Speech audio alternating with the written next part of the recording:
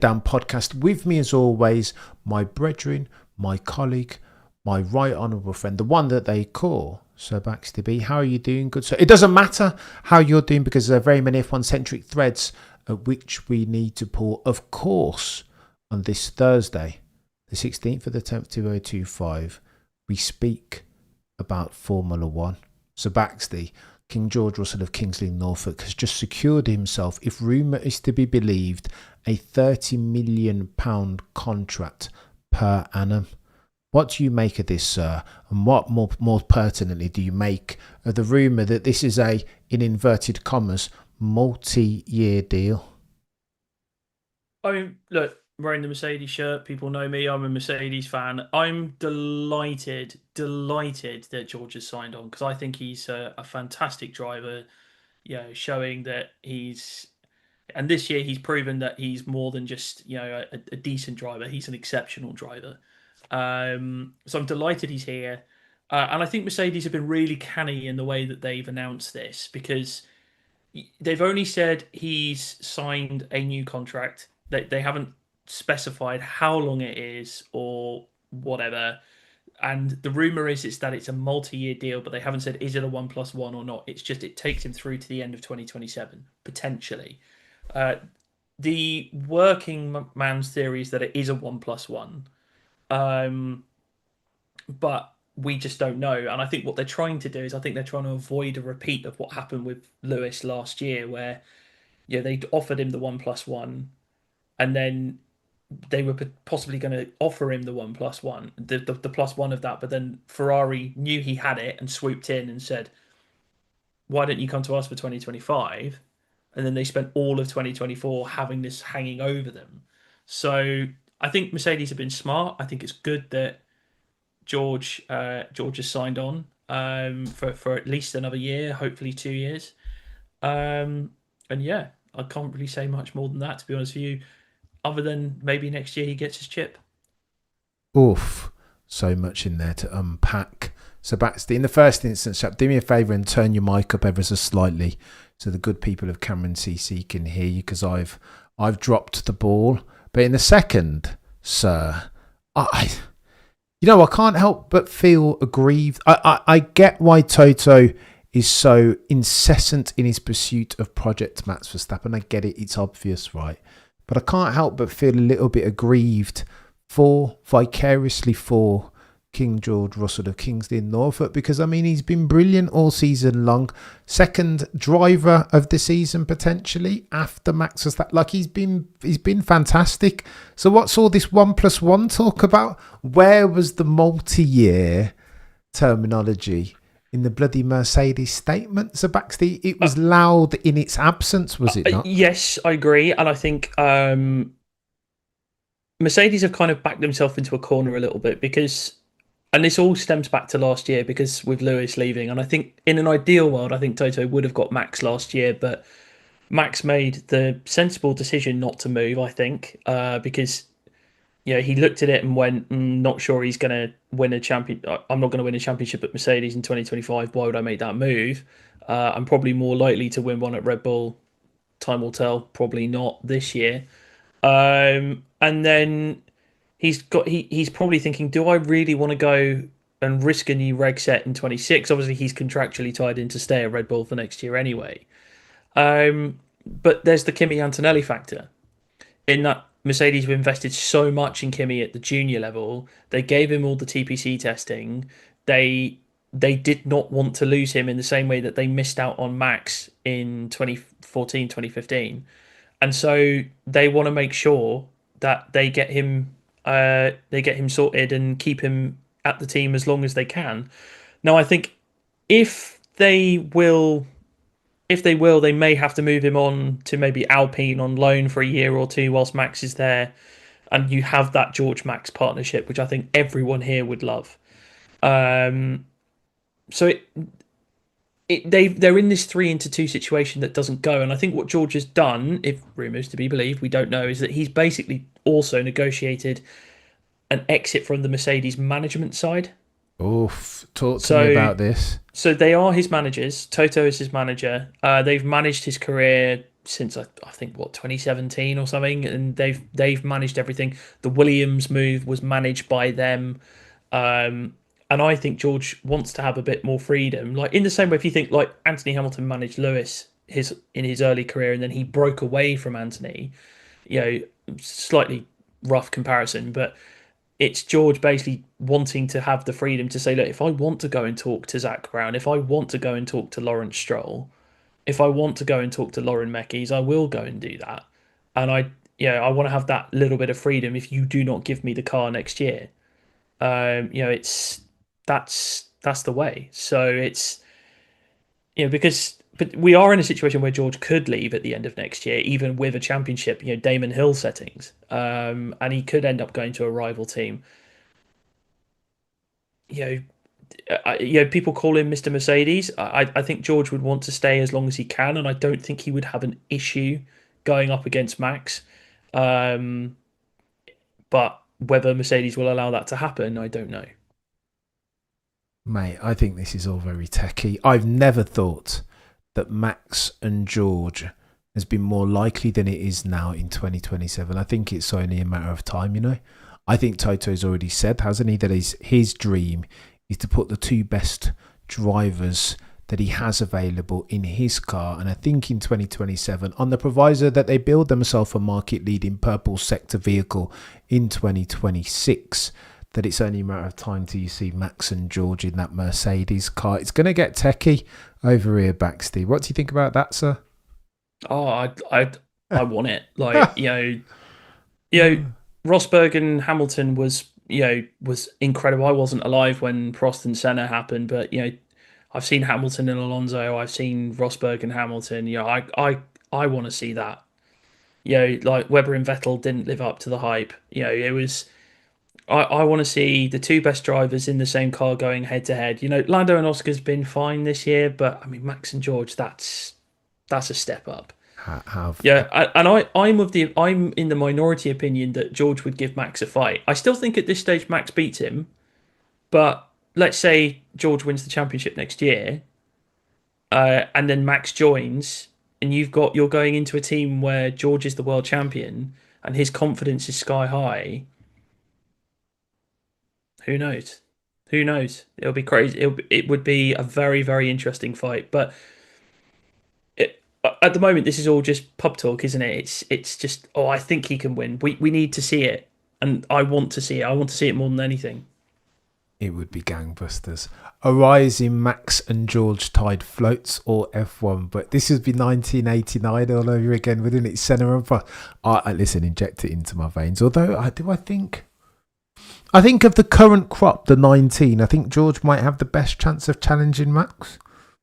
I don't know, over the course, I think on any given Sunday, Singapore, Canada, I think he can beat him in qualifying, but it's a bloody tough task, Baxty, to beat Max over a 24 race season.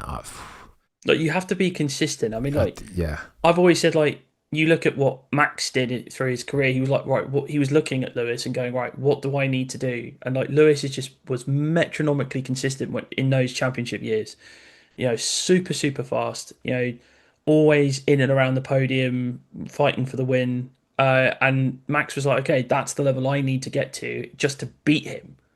So, and then he set the bar higher with his performances in 2023. So it'll be very interesting to see how they get on. And I think, George having had 3 years in the same car as Lewis, I think has given him probably the best education you could get in Formula One. I think he'll give it a good go. Whether he beats him or not, I think it's at the moment no, but it would be close. I think it would be very, very close. You wouldn't back down from Max, which I think is kind of what we need to see, right? And I want to see Max react to that. Because Max is in an environment right now where Red Bull, it's him and the number 2 driver. And that's fine. I've never been critical of that. That's how Red Bull choose to do their business. But he wouldn't get that at Mercedes because Toto's philosophy is you fight it out on track. Now, Max beats 99% of all the other drivers on the grid. I think George is probably the one guy that I think could beat him. Maybe Charles, but I don't think so. And Lewis, you still can't really tell. Probably not at the moment, but a fully fired, motivated Lewis Hamilton possibly, but that's it really. I think. Do I think Charles? I don't think Charles is. You said consistency, right? I don't think Charles is consistent enough to take it to not Max in his current form. I think it's only George Tapp, Lando, quick enough but not consistent again. Oscar maybe one day in the not too distant future. I think George is the only guy, which makes it so tantalising thinking about this dude in 2027 alongside Max and stuff and inject it into my veins. I was just going to say on the 1+1 thing, it's been reported differently in different spaces. Some people don't want to go. Benson didn't even touch it. He was like, well, they've said 2026 per the statement. Benson was like, George will be there for 2026. The Athletic came out and said it was going to be a multi-year proper. So to the race, they came out and said multi-year proper, that at the very least through to 2027. George Russell fans around the world are like, well, if you've given him a 1+1, then Toto, you want to be ashamed of yourself. And what you want to do is go and put some respect on George Russell's name. To that, Sir Baxter, you respond how? Yeah, I get it. But there is that elephant at the room of Max Verstappen being available. And, I think Toto would sacrifice George to get Max. But there you go. You just don't know. You just don't know how it's all going to play out. I still think Max could look at Aston. I mean, I think he's clearly had issues with Aston, the way that team is run, and he's probably thinking, I'm not sure I want to go there. Given that the levels of money that were reportedly being offered to him by Aston, and he still said no. So I wouldn't rule that move out in the future still, but yeah, it's I don't know. I think it's just the nature of the situation that they're in, and I also think George has probably asked for it as well. And I think he's you hear rumours of performance-related clauses that he needs to be a certain amount of points ahead of Kimi Antonelli, or certain distance ahead of Kimi Antonelli to potentially keep his seat. And nobody knows the full details, and it's all speculation. But yeah, maybe George is asking for that. I don't know if he is. Great for backing yourself. You may not pull it off, but I can't think of a time when George has backed himself and not, in terms of career moves, and not delivered the goods. So we shall see. I can't wait. So Baxter, there's a side note to this George chat. What did you make of Ted Kravitz in his book F1 Insider saying that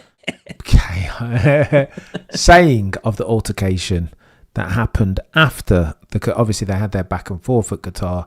George said that Max said that he was going to put him on his head on the back of their interaction in the steward's room. George said that he was hindered by Max dilly-dallying on track. The next Grand Prix, George had a conversation, something of a monologue, a diatribe with Ted Kravitz. Ted came out in his book and said that George set that up. Normally in those scrums they only get one question before his diatribe. George said to Ted, ask me all the questions that you want to. What do you make of this, Baxter?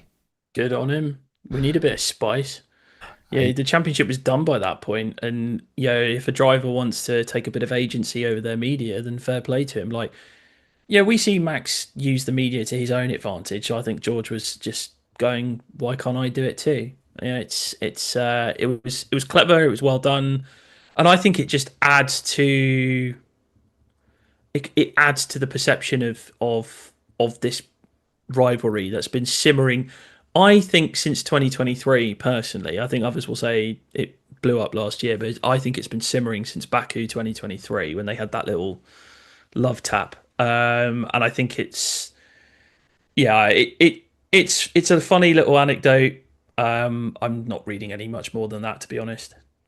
No snake behaviour from George, just agency and him being an F1 driver. I don't hate it.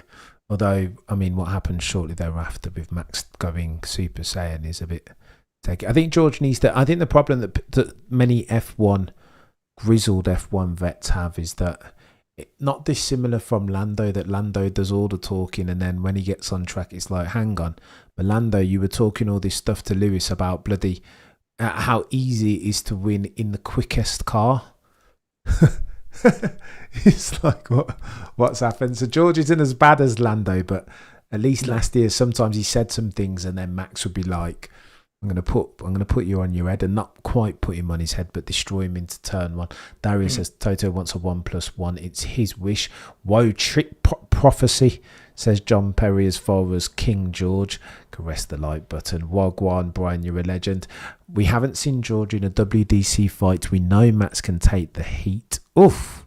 Yeah, Oof. we know. Yeah, I mean that was the one question going into 2021. I've said this before. The one question mark was whether Max could hang over the course of a season. I didn't think he could, and he proved me wrong. So that's credit to him. And now I know going into we've seen this year he's still clinging on in there. And potentially if McLaren implode, he'll be there to pick up the pieces. I don't hate it. Go on then, Sebastian. As we go into COTA, talk to me about the topic, the hottest topic on everybody's lips. Of course, I'm referring to Papaya, asymmetric Papaya rules, some might say. Do you think McLaren are going to mess this up to the extent where Max Verstappen may or may not sneak in the back door in the Drivers' Championship? At the moment, no. I don't think that Max will win the championship. I think he will close the gap, but I think it's more to do with tracks. Yeah, there are a couple of tracks coming up that if I was a betting man, I would bet a large sum of money on Max winning those races. Mexico Mexico, I think you can give Max that now, just because we know how slippy that Red Bull is in a straight line. I think Vegas will be a bit harder to judge because of the cooler conditions suiting the Mercedes. So I think that brings George Russell into play. But again, that's a track that should suit him better than the McLarens. But then you look at COTA and you look at Qatar and you look at Brazil, high downforce tracks. That's where the McLaren has been at its absolute peak this season. And I think that you look at this weekend, I think it's got McLaren should win this weekend. I think it'll be close because Max's record at COTA is outstanding. But it's I can see him beating one of the McLarens, but not both of them. And I think his job is to win races. The big issue is whether George sticks himself in that conversation as well. If George is there, that makes everyone's life a hell of a lot more difficult. And I think we saw that in Singapore. Like Max fans were like, "Oh, he beat both of the McLarens," and I'm like, "Yeah, but he didn't win." And he only took 6 points out of Oscar Piastri. If he wins that race, he takes another further 8 points, and that gap gets a hell of a lot smaller. And then you start asking the question, but only taking 6 points and it being 63 points back, you still have to say that Piastri's the favourite to win the championship this year. Look, the issue I have for both McLaren drivers is, will McLaren try and screw it up for them? The advantage that they now have in their minds is that the Constructors' Championship is done. And so they don't have to be as obedient to the Papaya rules as they have been. So, for example, if, Lando has a bad pit stop and he's been ahead of Oscar, they'll say, "Oh, you've got to let him past." And Oscar will go, "Absolutely not. I will not be doing that. Thank you very much." I think the shoe would be on the other foot. We saw a little bit of it in Singapore when they said to Lando, like, "Oh, do you want to, can Oscar have first pit stop?" And initially he was like, yeah. "Oh, no.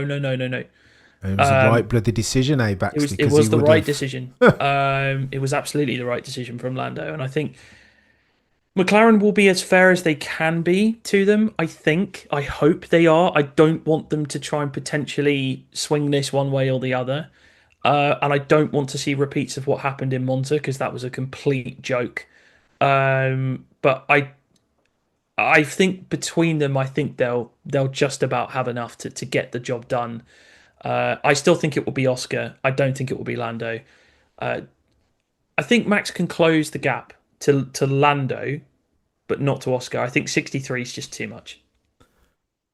63 is a big deal, right? But if anybody can, surely Maximilian Verstappen He's can. going to need something to go his way. 100%. He's Yeah, going to need for the racing gods to smile down a yeah. cheeky I mean, DNF. they have worked out that if he wins every race and the McLarens kind of switch between 2 and 3, he can still do it. But as I said, there are tracks coming up that I just don't think he can win at, even if he's driving at his absolute best, because we've got the heat hazard been declared this weekend, which is massive, and we know the McLaren is good on its tyres.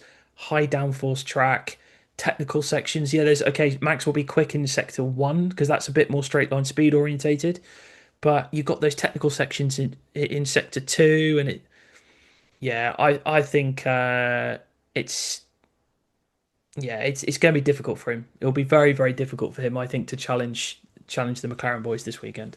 But with it being a sprint weekend, anything is possible. Mate, they've got him. The bookmakers have Max currently as a red hot favourite. From 100 simulations run under these current circumstances, Max will take 32.2% of them per the experts. Lando 28.5% and Oscar Jack 26.6% recurring. Wow, that's harsh on Oscar. It feels a little bit harsh, but I mean, if Lando's had his Weetabix, you'd expect him maybe to go well around Cota. So John, you're a legend, by the way, says George versus Max tension goes back to their karting days, long before 2023, and as well that might be. So John, long may it continue. I think you see the best out of Max when you have somebody to hold his feet to the fire. Mention no names, Lando in 2024. Go on then, pick me between the McLaren boys for Cota. Do you think Oscar should be a betting favourite ahead of Lando at the very least? Yes, I think this track suits him better than Lando. I think at the tracks where you've seen these high speed corners and technical sections, he handles them better than Lando. You look at Silverstone, for example. I know Max got the pole that day, but that was a track that you'd probably expect Lando to be faster, and actually Oscar was faster. So I think I think it will be it'll be Oscar for the win.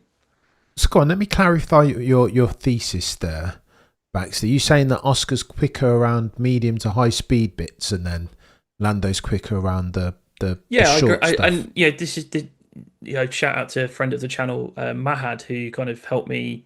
He kind of explained it to me. He's a big McLaren fan, and he was like, "Yeah, if you watch, Oscar's actually better in those circumstances." And I think that's the way it has been all year. I think it's been part of the reason why I think he stepped up his game so much as well. Like he's been able to master those corners a lot better than Lando has. He's not, but I agree with that. I think legend Mahad of the Pit Stop Fracker McLaren Fan TV is absolutely on the money there. Go on then. So Baxter, you round third. Talk to me about these latest comments from Sir Lewis Hamilton about the prospect of Christian Horner joining Scuderia Ferrari. Let me ask you the question. Go on, react to Lewis's comments in the first instant. Yeah, so this has literally just happened. So for people in the chat that may not have seen it, he basically said, I don't think Christian Horner should be the team principal of Ferrari. And I don't want to speak any more on it because it's just rumours. Look, my whole thing on this is I don't personally think Christian should come back to Formula One. That's just my opinion. Given what we know about the guy, and everything, the toxicity that is around brand Horner. But this is sport, and sport is about the pursuit of victory. And if you've got a chance to get somebody that you think can help you win, then you're going to go get him. And Ferrari maybe feel that Christian Horner is the one to do it. Now, it is not an easy deal to make because Ferrari will have to give up a lot of things that in the last 17 years they have seemed unwilling to do so. And I'm going to go further and say the last 20 years that they've seemed unwilling to do so. They're going to have to give up control over the team because that's what Christian wants. And if they're not prepared to do that for Fred Vasseur, I don't think they're going to do it for Christian Horner. And they weren't prepared to do it for Adrian Newey either. And I think doing that for Adrian Newey is more important than doing it for Christian Horner. True. And I also think that the job is so much bigger. It is so much bigger. because he's got to go in and completely change the culture of that team. For the last 17, 19, 20 years, that team has been a culture of failure, where they just cannot get it right and they're ingrained in these ideas. And he will have to go in and completely clean house, in my view, and start again. And we also know that he wants to have equity in the team. That's not an option for Ferrari. And Yeah. I just don't think that deal works. I do think Christian comes back. As I said, I don't think he should come back. But then again, this is a sport that welcomed Flavio Briatore back from a lifetime ban. So, it's. Yeah, I don't think the Ferrari deal works. I think there's better options out there for him. I think you need to look at probably Alpine. I still think Oof. that's the best option for him. That is ripe for the taking.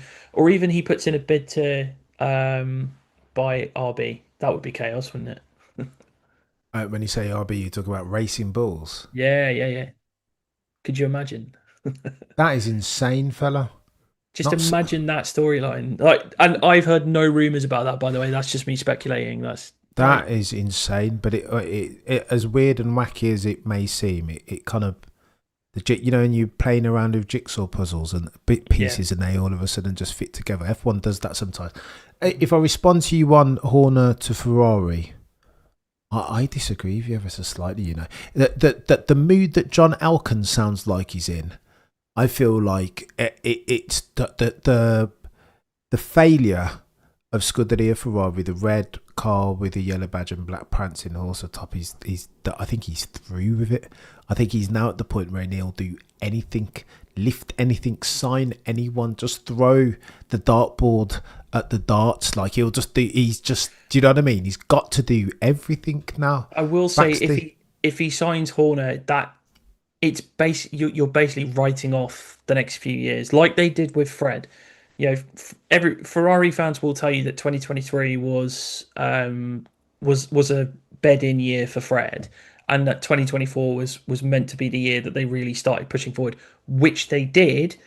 And then 2025 was supposed to be a year that they ended the championship droughts, and then they crapped the bed after 2 races. And look, as I said, you've got to change something fundamentally and you do that by bringing in Christian Horner. But I just don't think Ferrari are willing to do that. I think I think you're right. I mean,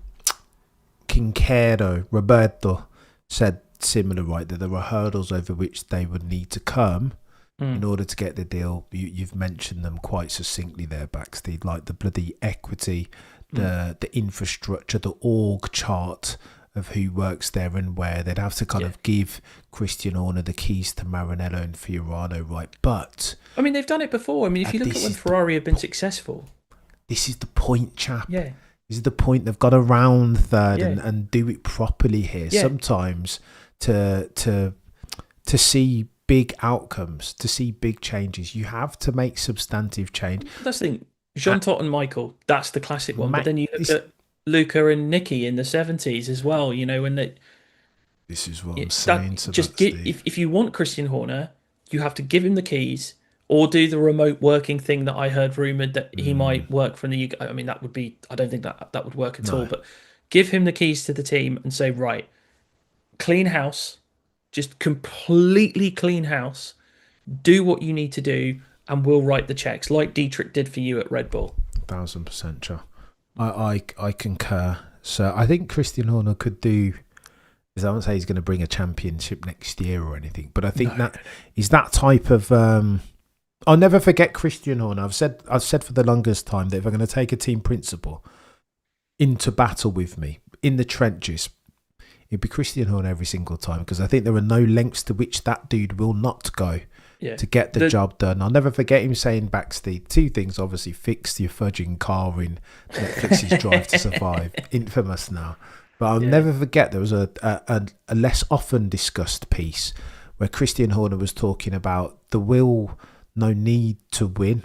And he said, if you really, really want something, if you really, really want to win, then we'll do anything to win, like to get that thing. I was like, oh my god, this dude, he is who he says he is. He's that guy, and I think Ferrari could do with some of that. I think Yeah. he'd fix for the suffocating work culture. I think he'd encourage innovation. He'd remove that super tight stop loss and increase institute for some sort of reasonable margin of error. You'd see some Six Sigma and some agile work, and he'd sign the proper people and put them in the right place. I'm like, the question is whether Lewis Hamilton would want to drive for him, but I'm not sure. He'd have some bridges to build, that's for sure. 1,000%. But I mean, if you're building for the future, do you really want a 40-year-old 7-time champion in there? No, you're not building for the future with Lewis. I mean, I said this. I think I said this last week, but I'll say it again. I think we are in a timeline where Charles leaves at the end of next year, and then Lewis retires at the end of 27. And I think if Christian, I think would more than happily want to have Lewis there until 2027, and because he's not available until next summer, I believe. I think midway through next year, back. Yeah, so he probably wouldn't start until 2027 anyway. So I mean, the chances are, I mean, if he's taking the job, then I'm sure that he would probably happily work with Lewis for a year. Whether Lewis wants to, I mean, given by that comment, no. But we'll see. Talk to me fleetingly, Sir Baxley, about this Charles Leclerc circumstance. You really think he leaves as at the end of 2-6? If so, where do you think he ends up? I want to see him at McLaren because I think that would be a really good move for him. I mean, yeah, people are saying, "Oh, yeah, McLaren are going to really struggle next year." I'm like, well, no. Like, if rumours are to be believed, the Mercedes engine will be the best in class. And I think that McLaren have got the new wind tunnel. They've got an unbelievable aero team. We're seeing that this season. Okay, look, next year they'll have reduction in aero testing because they've won the constructors championship, but they had that this year and made it work. So.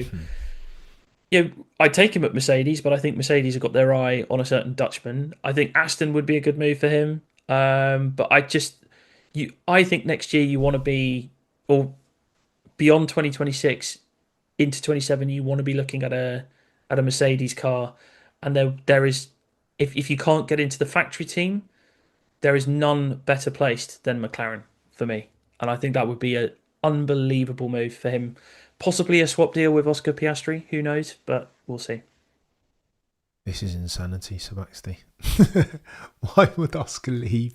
Why would Oscar leave the quickest? I suppose something could change between now and then. Yeah.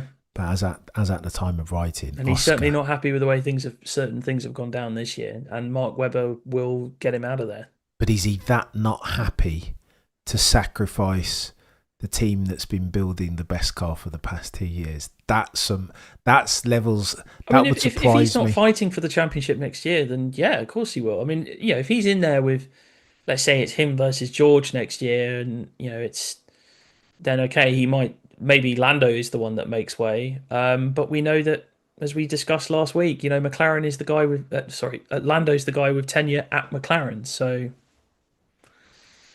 It's a techie one. It'll be one to keep an eye on. I think the driver market next year is going to be absolutely bonkers. Mate. Gangbusters. Just gangbusters. I can't wait to see it, chap.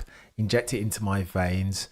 I can't, yeah. No, F1's we're gonna see gangbusters all over the place, and it's gonna get techier than techie things. So Baxley, as always, you've been a legend. Sir John Perry says George can challenge, but that's about it. We haven't seen George in a WDC fight. I've read all those.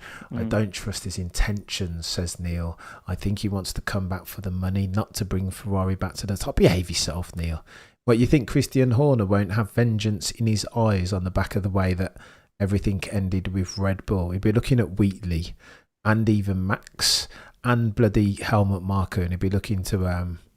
I think he'll be looking to go scorched earth. We will get techie things very quickly. So back to the prediction for this weekend. Race winner is? I don't care about the sprint, but the main race, I'll go Piastri. And your pole sitter? I'm gonna go Verstappen, but not by much. That's chaos. Probably a couple of hundredths, I think. Do you see what you've done there, Sebastian? Do you think Max is going to put it on pole and then cede somehow to OJP?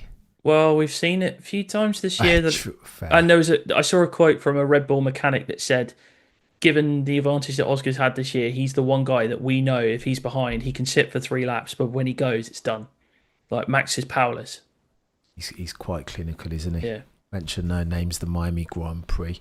That's not me saying that. That's a Red Bull mechanic. Fair play, fair play. No, he's got forensic car placement in. He has Oscar Piastri checkmate in 4 moves. That move he did against Charles Leclerc in Monza, like, I'll forget about it, mate. Oh. And Baku last year. There's been a few of them. He's a bit dangerous, Oscar, when he's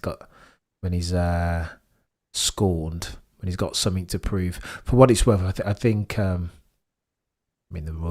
modus operandi over here these days, Sebastian, thou shalt never back against Max Verstappen, even though your boy did a couple weekends ago. Back to Lando Norris. Again, I'm not doing that again this year. I won't make the same mistake. Fool me once. Yeah. You know what I mean? So I'm going. I will say without giving too much away and without wanting to promote one of my other ventures too much, but like we've been doing a prediction challenge over on Shifting Happens, and there's been a noticeable swing towards Max Verstappen. I will say that from some of the guys over there. I will say that. Who would have thunk it, Sebastian? I know. Who would have thunk it? It's techie. I'm going Max pole, Max victory. I think it has to be, especially when he's favourite. You'd be loath to pick against Max when he's 18-1 at the Suzuka Grand Prix to put it on pole. When he's 2-1, I think he almost picks him. And he has an RB21 to match. I think he picks himself, chap. He will be in, and Cota around which I just think with how hot it's going to be, 31 degree plus for both sprint, and I think the tyres are going to be the key, and that's where the McLaren is best in class. But Sebastian, you're where I was when I bloody put money to Lando Norris. It doesn't matter, does it? When it's Max and it's an RB21, all that stuff. He's not God. I think the last 2 seasons have shown us that he's very, very good, but he's powerless. I mean, at points, and he was struggling on his tyres in Singapore, and there's not a lot you can do when that happens. So it's I think he's going to struggle in the heat to keep one of the McLarens behind him. He might be able to sandwich, but beating both of them will be very, very difficult. So Baxty says Max Verstappen is not God. There are Max Verstappen fans out there that beg to differ. Oh, I don't care. I stopped caring a long time ago. Baxty, you've been a legend as always. Shout out to Sir Baxty and Baxty BF1 on YouTube and Shifting Happens on YouTube correspondingly. You're a legend. So you guys, thank you so much for watching. We'll be back same time, same place tomorrow as always. Between now and next time, the prosecution rests. No further questions, Your Honour.